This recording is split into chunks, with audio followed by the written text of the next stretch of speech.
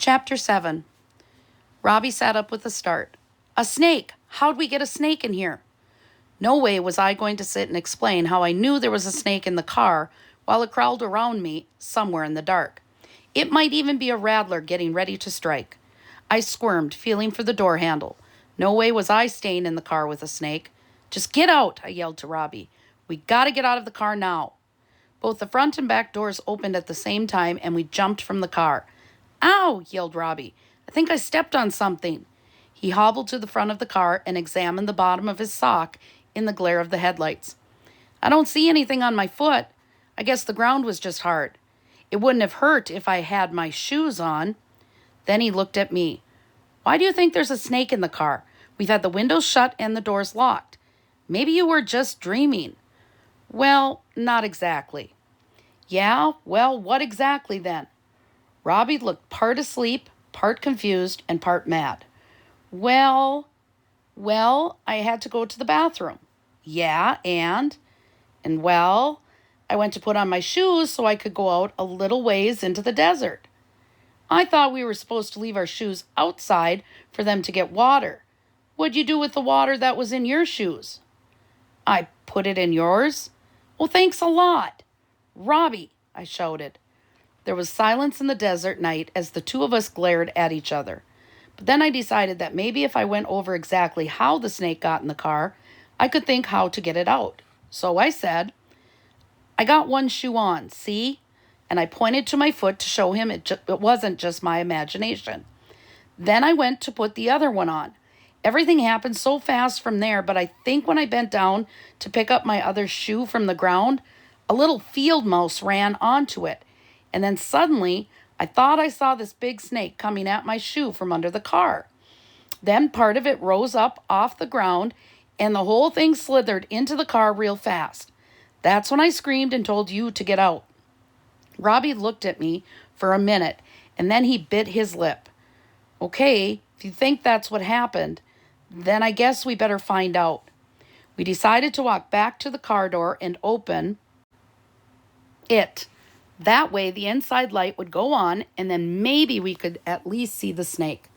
I put my hand on the door handle and took a deep breath.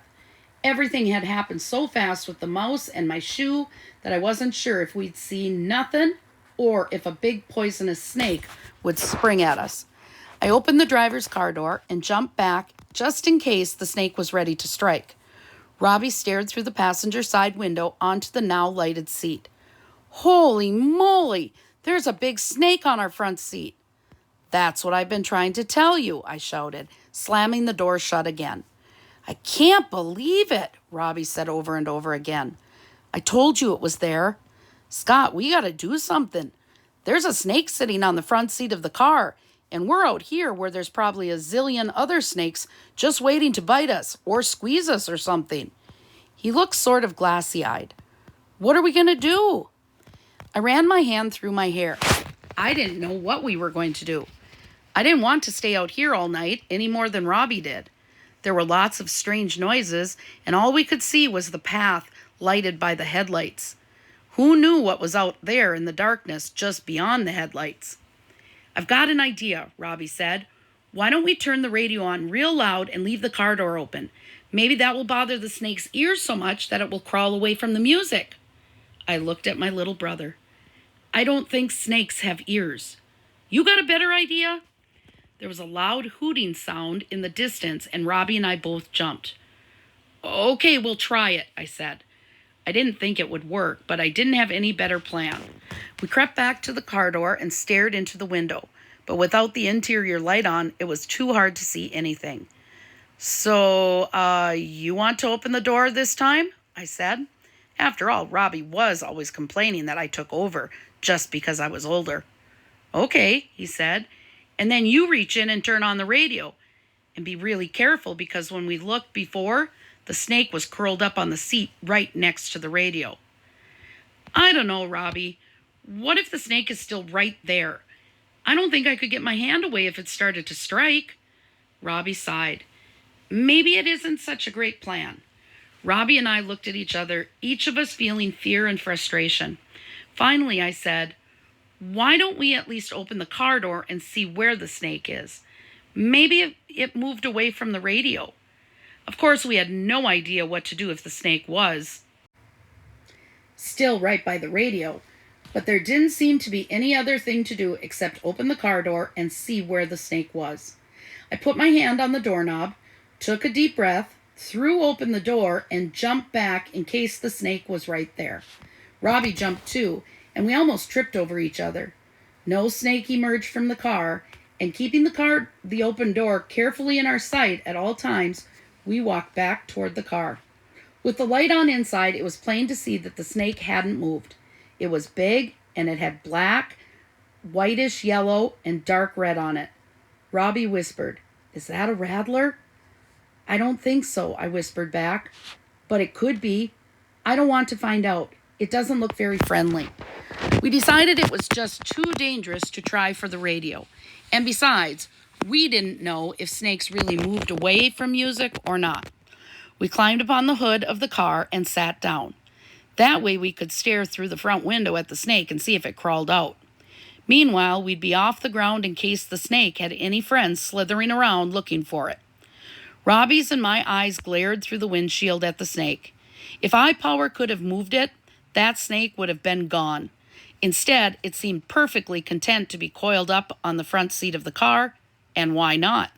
The car seat was a lot more comfortable than the hard metal hood we were sitting on. I looked up at the sky. The stars were so bright.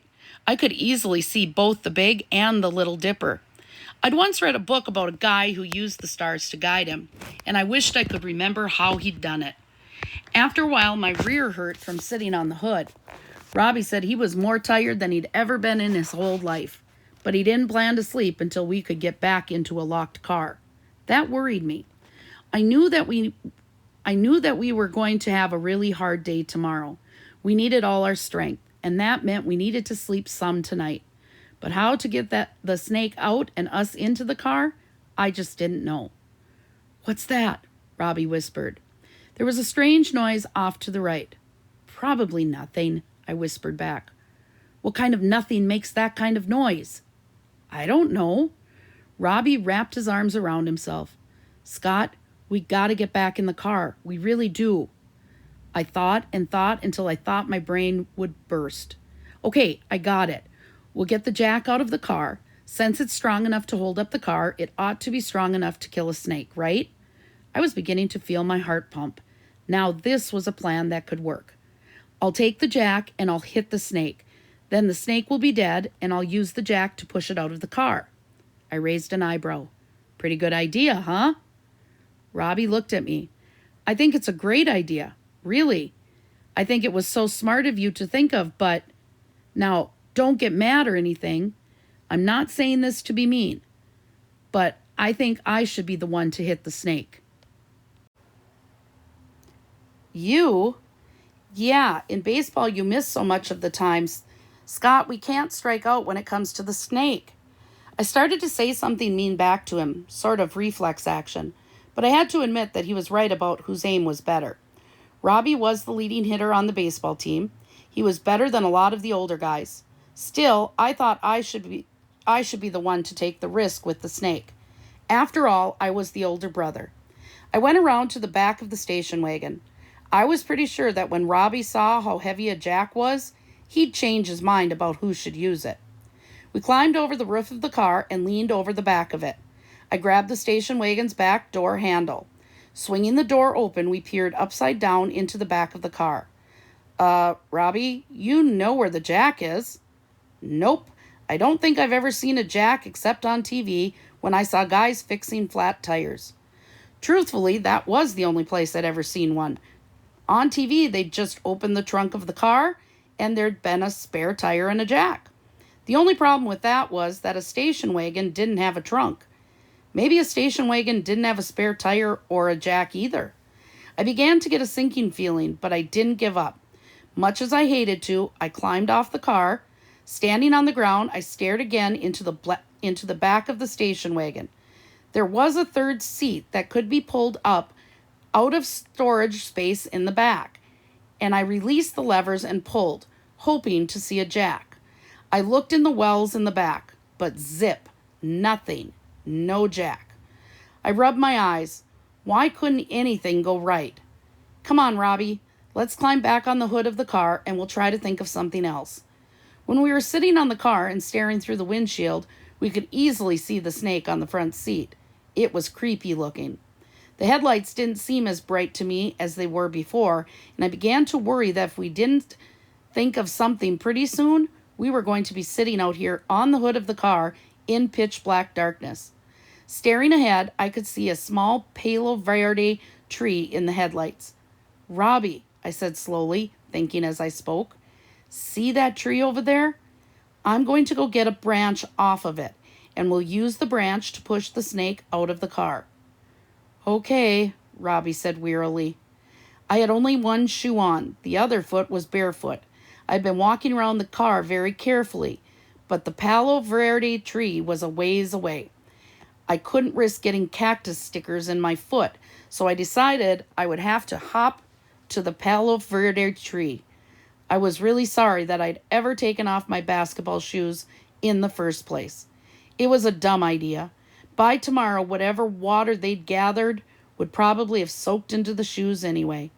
As I got a little ways away from the car, the sounds of the desert seemed even more threatening. I made myself keep hopping because I knew that if I really stopped to listen, I'd run right back to the car. Finally, I'd hopped to the Joshua tree. It was a scraggly little thing, and the branches were pretty puny. I wished I'd had my Boy Scout knife to cut one off, but it was sitting at home next to my bed on my nightstand. I leaned down and cleared a spot so that I could put both feet down.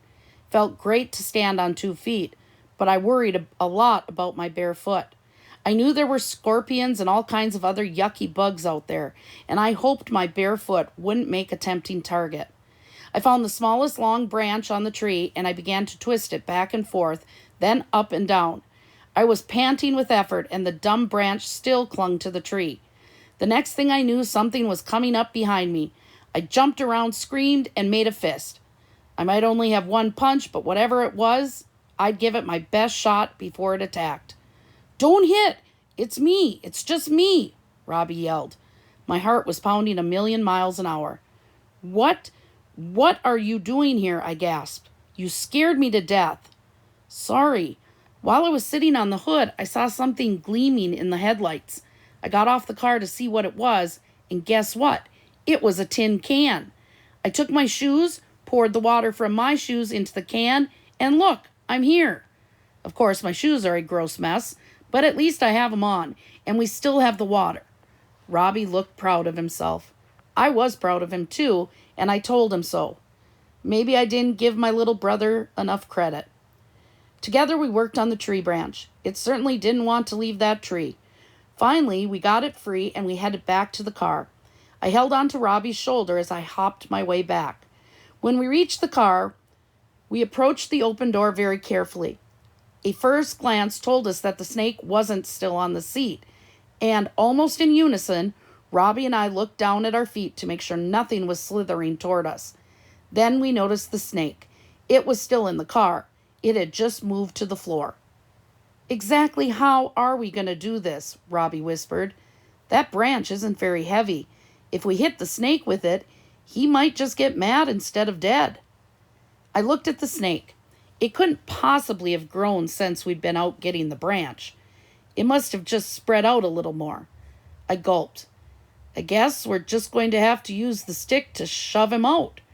My throat felt real dry. My hands were shaking so much that I held the branch with both hands.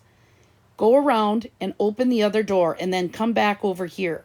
We'll stand here behind him and we'll shove him out of the driver's side door. I leaned into the car on the passenger side, and I noticed that the beige part of the snake almost blended in with the beige carpet on the floor. I heard Robbie take a sharp breath, and then I heard a ringing in my ears as I edged the branch closer and closer to the snake. I felt like I might pass out.